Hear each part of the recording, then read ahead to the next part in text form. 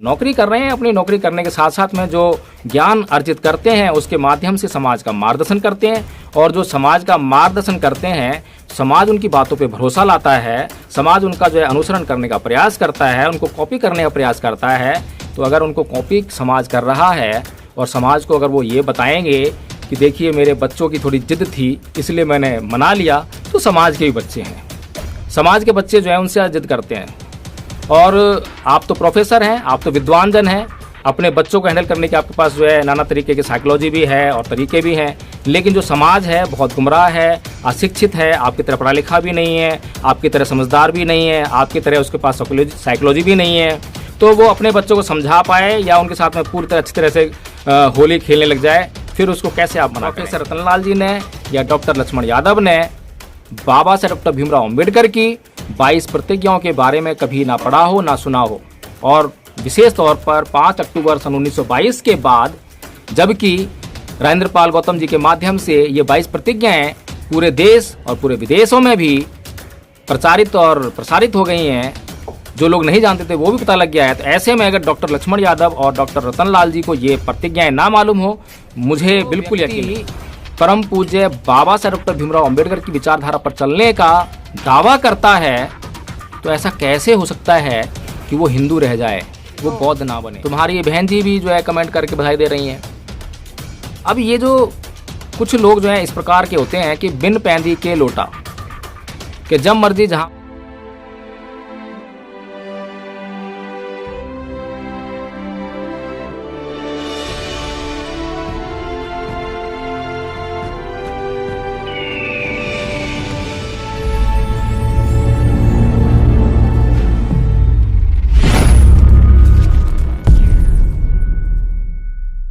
जय भीम, नमो बुद्ध।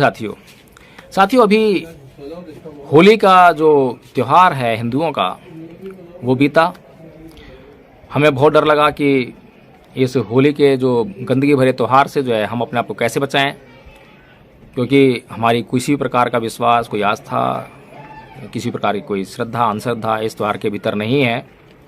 इसीलिए हमने कुछ विकल्प तैयार किए ताकि इस तरह की गंदगी से भरे हुए त्यौहार हमें छू भी ना पाए। हमने सोचा कुछ ऐसा किया जाए जिससे कि हमारे जो ज्ञान है हमारा उसमें वृद्धि हो जाए। तो हम कुछ सोच ही रहे थे, इतने खबर आई कि कोई समता बुद्ध विहार है पश्चिमपुरी में, दिल्ली में, वहाँ पर एक कार्यक्रम आयोजित किया गया है, धम्मपद महोत्सव। अब जब पता लगा तो बहुत अच्छा लगा, और हम लोग जो है उस बुद्ध विहार की तरफ सुबह 8 बजे, 8:15 बजे निकल दिए और अपना बिल्कुल सुख शांति से वहाँ पहुँच गए। किसी प्रकार का किसी ने कोई रंग गुलाल वगैरह हमारे ऊपर नहीं डाला, क्योंकि हम बिल्कुल साफ और स्वच्छ वस्त्र पहने हुए थे। अब जो व्यक्ति बिल्कुल साफ स्वच्छ और सफ़ेद वस्त्र पहना होगा तो उसके ऊपर कोई कैसे रंग डालेगा, और रंग डालने से पहले वो 10 बार सोचेगा कि इसके ऊपर रंग डालना चाहिए नहीं डालना चाहिए। लेकिन अभी कुछ उड़ती उड़ती खबरें ऐसी मिल रही हैं, प्रोफेसर लक्ष्मण यादव, प्रोफेसर रतनलाल जी, इनके ऊपर जो है बहुत भारी कमेंट हो रहे हैं।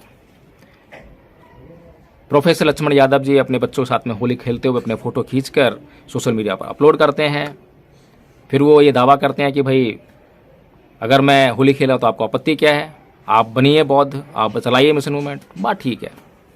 तो साथियों यहाँ पर थोड़ा सा फिर से विचार करने की ज़रूरत है, क्योंकि हमें दिमाग लगाकर सोचना चाहिए, खुद से महसूस करना चाहिए कि हम क्या कर रहे हैं, हम किन लोगों को मंच के माध्यम से सुनते हैं। अगर प्रोफेसर लक्ष्मण यादव, प्रोफेसर रतनलाल जी, अगर इनकी हम समीक्षा करना चाहें तो इनका चरित्र किस प्रकार का है, क्या इनका चरित्र राजनीतिक है, जैसा कि राहुल नागपाल जैसे लोगों ने भी बहन जी के द्वारा जो ट्वीट किया गया, जो देशवासियों को होली के पर्व की बधाइयाँ दी गई, उस पर कमेंट कर दिया कि लो तुम्हारी बहन जी भी जो है कमेंट करके बधाई दे रही हैं। अब ये जो कुछ लोग जो हैं इस प्रकार के होते हैं कि बिन पैंदी के लोटा, कि जब मर्जी जहाँ मर्जी लुढ़क जाते हैं। अब यही राहुल नागपाल जी हैं जिन्होंने सुमित तन के खिलाफ बहुत पुरजोर आवाज़ उठाई थी। बहुत सारी जो मीडिया इनके साथ रहती है उनको इकट्ठा करके सारे आवाज़ उठाने रहे थे। कि सुमित्र तन ने उनके खिलाफ एफआईआर कर दी है, एफआईआर कर दी है, चिल्ला रहे थे खूब। फिर चुपके से जाकर जो है सुमित्र तन से हाथ मिलाकर आए और सुमित्र तन को भरोसा दिलाया कि मैं आपके साथ हूँ, चिंता मत करो आप, ठीक है जी। फिर अब जो है उसके पीछे पीछे घूमते हैं सुमित्र तन के और कवरेज करते रहते हैं। चलो ठीक है, कोई बात नहीं।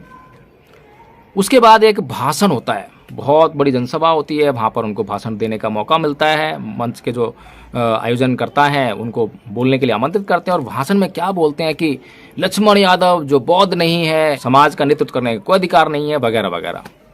अरे भाई, अच्छी बात है, आपका भाषण बहुत से लोगों ने सुना और बहुत से लोगों की आंखें खुली होंगी कि लक्ष्मण यादव तो बौद्ध नहीं है, लक्ष्मण यादव तो बाबा साहब को मानने वाला नहीं है। फिर उसके बाद जो है अभी होली पर जब कमेंट किए गए तो राहुल नागपाल को फिर याद आया कि अरे ये आदमी तो बहुत प्रसिद्धि पाए हुए है देश में, बहुजन समाज जो है इसको बहुत मानता है, बहुत जानता है। अब इसकी तो मैंने एक बार जो है अच्छी तरह से उधेड़ दी है, तो अब इसको पता लग गया है मेरी औकात क्या है और अब मैं अगर इसकी तारीफ करूँगा तो ये और मैं साथ साथ मिल जाएंगे, चोर चोर मुझसे रे भाई। तो अब राहुल नागपाल जी क्या कहते हैं? राहुल नागपाल जी कहते हैं कि भाई वो व्यक्ति हिंदू है, बौद्ध तो है ही नहीं। जो व्यक्ति बौद्ध नहीं है, हिंदू है, तो उसे होली खेलने का पूरा अधिकार है। बहुत अच्छी बात है।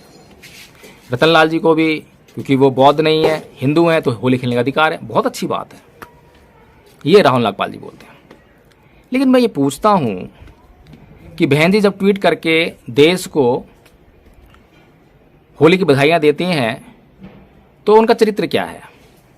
और जब रतनलाल जी और लक्ष्मण यादव जी होली खेलते हैं तो उनका चरित्र क्या है? राहुल नागपाल जी जब होली खेलते हैं उनका चरित्र क्या है? चरित्र का स्पष्ट होना बहुत जरूरी है। चरित्र से ही उद्देश्य परिलक्षित होने लगेगा। बहन जी का चरित्र है राजनीतिक। राजनीतिक चरित्र के माध्यम से वे देश की सेवा करने का प्रयास कर रही हैं। तो एक राजनीतिक चरित्र को लेकर चलने वाला व्यक्ति इस देश के सभी लोगों की भावनाओं की कदर करता है। अब देश के लोगों की भावनाएं अच्छी हैं, बुरी हैं, ये तो अलग बात है। हमें वो स्वीकार्य हैं या नहीं है वो अलग बात है।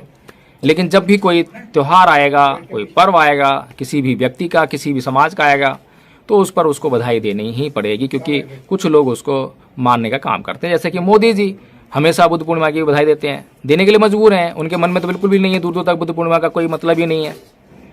लेकिन प्रोफेसर रतनलाल जी, प्रोफेसर लक्ष्मण यादव और राहुल नागपाल कौन है? ये होली क्यों खेलते हैं? ये बड़ा सवाल है। राहुल नागपाल जी ने होली नहीं खेली, बल्कि ये बताया कि सुबह सुबह मैं घर पर था, कोई व्यक्ति आया गुलाल लेकर और उसने मुझे गुलाल लगाने के लिए कहा, तो मैंने उसको गुलाल लगाने दिया और बाद में जाके मैंने पूछ दिया। अब समझ से बाहर बात है भाई कि सबसे पहले तो मैं चरित्र की बात कर रहा था, उस पर बात कर लूँ, उसके बाद मैं इस कहानी को आगे शुरू करूँगा। तो प्रोफेसर लक्ष्मण यादव का चरित्र क्या है? क्या वो राजनीतिक चरित्र लिए हुए हैं? बिल्कुल नहीं। प्रोफेसर रतनलाल का चरित्र क्या है? क्या वो राजनीतिक चरित्र लिए हुए हैं? बिल्कुल नहीं। नागपाल जी का चरित्र क्या है? क्या वो राजनीतिक चरित्र लिए हुए हैं? बिल्कुल नहीं। तो इनका चरित्र क्या है? प्रोफेसर लक्ष्मण यादव जी प्रोफेसर हैं, रतनलाल जी प्रोफेसर हैं, वो पढ़ाने का काम करते हैं। उसके साथ में समय समय पर मंच के माध्यम से वो सामाजिक कार्यों में अपनी रुचि दिखाते हैं। और सामाजिक कार्य कौन से? सामाजिक कार्य तो कोई भी हो सकते हैं। हिंदुओं के लिए किया गया सामाजिक कार्य भी हो सकता है, मुसलमानों के लिए किया गया सामाजिक कार्य भी हो सकता है, किसी भी संप्रदाय, किसी भी धर्म के लोगों के लिए किया गया सामाजिक कार्य हो सकता है। लेकिन जिस समाज के लिए, जिस मिशन मूवमेंट के लिए, जिस समाज की विचारधारा को साथ लेकर चलने का ये दावा करते हैं, उस मिशन मूवमेंट की जो बात करते हैं, उसमें उसे परम पूज्य बाबा साहब डॉक्टर भीमराव अम्बेडकर की विचारधारा कहा जाता है। और जो व्यक्ति परम पूज्य बाबा साहब डॉक्टर भीमराव अम्बेडकर की विचारधारा पर चलने का दावा करता है, तो ऐसा कैसे हो सकता है कि वो हिंदू रह जाए, वो बौद्ध ना बने? और जब तक कोई व्यक्ति बाबा साहब डॉक्टर भीमराव अम्बेडकर को अच्छी तरह पढ़े ना, कुछ भी ना पढ़े, और वो मंच पर जाकर उस बहुजन समाज का हितैषी बनने का दावा करे, तो क्या ये किसी को मान लेना चाहिए? मेरे हिसाब से तो ये सर्वथा प्रतिकूल है, बिल्कुल ठीक नहीं है। क्योंकि मैं नहीं मानता कि प्रोफेसर रतनलाल जी ने या डॉक्टर लक्ष्मण यादव ने बाबा साहब डॉक्टर भीमराव अम्बेडकर की 22 प्रतिज्ञाओं के बारे में कभी ना पढ़ा हो, ना सुना हो। और विशेष तौर पर 5 अक्टूबर सन 1922 के बाद, जबकि राजेंद्र पाल गौतम जी के माध्यम से ये 22 प्रतिज्ञाएं पूरे देश और पूरे विदेशों में भी प्रचारित और प्रसारित हो गई हैं। जो लोग नहीं जानते थे वो भी पता लग गया है। तो ऐसे में अगर डॉक्टर लक्ष्मण यादव और डॉक्टर रतनलाल जी को ये प्रतिज्ञाएं ना मालूम हो, मुझे बिल्कुल यकीन नहीं होता। किसी को अगर यकीन करना हो तो कर सकता है, मैं किसी को मजबूर नहीं कर सकता, मैं किसी को बाध्य नहीं कर सकता, मर्जी है, आप कीजिए यकीन।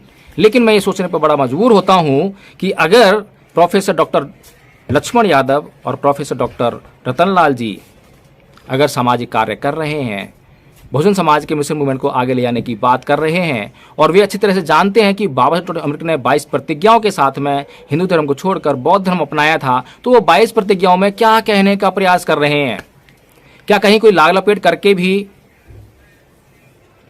बौद्ध धर्म को अपनाया जा सकता है? अम्बेडकरी विचारधारा को अपनाया जा सकता है? क्या वहाँ पर किसी भी कोई परिस्थितियाँ ऐसी हैं जहाँ पर उनको जो है झुकना पड़ जाए तो झुक लें? क्या बाबा साहेब अम्बेडकर अपने जीवन में कभी झुके हैं? साथियों, इसी तरह का कार्य हम लोग भी कर रहे हैं, पर समस्या ये है कि हम लोग कोई प्रोफेसर नहीं है, कोई गवर्नमेंट जॉब नहीं है, हम लोग जो है हैंड टू माउथ लोग हैं। लेकिन जैसा कि मैंने बताया, राहुल नागपाल ने बोल दिया कि उसके घर पे कोई आदमी आया और गुलाल लेकर आया, लगवा लिया, बाद में पूछ दिया, ठीक है। मेरे घर पर भी जो है होली से एक रात पहले लगभग 11:30-12 बजे हमारा एक पड़ोसी था, नशे में टुल था, आया और हम लोग जो है घर में थे, अंदर आ गया, अंदर कोई बात नहीं। और वो भी कुछ इस तरह की हरकतें करने की कोशिश कर रहा था कि भाई कल होली है, ये है, वो है, और रंग बंग लेके हाथ में। हमने उससे जो है वहाँ बिठाया, बड़े प्यार से ससम्मान बिठाया। अपने समाज का आदमी है, और अपने समाज का आदमी नहीं बल्कि रिश्तेदार भी है, लेकिन समझने के लिए तैयार नहीं। क्योंकि जो होली में जो मस्ती है, होली में जो आदमी को जो दारू पीने को मिलती है, वो जो आनंद उसको महसूस होता है, वो उसको छोड़ने के लिए तैयार नहीं है।